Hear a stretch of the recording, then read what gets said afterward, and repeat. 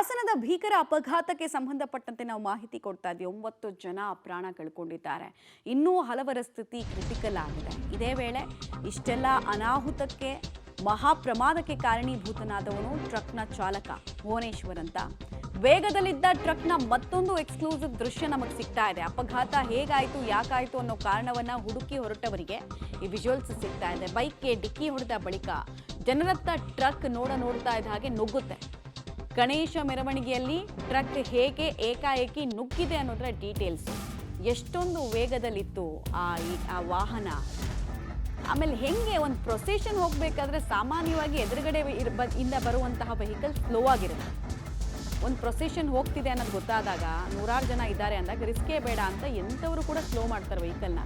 ಇವನು ಯಾಕೆ ಸ್ಲೋ ಮಾಡಲಿಲ್ಲ, ಇವನ ಇಂಟೆನ್ಷನ್ ಏನಾಗಿತ್ತು ಅನ್ನೋದು ಪ್ರಶ್ನೆ ಬರ್ತಾ ಇದೆ.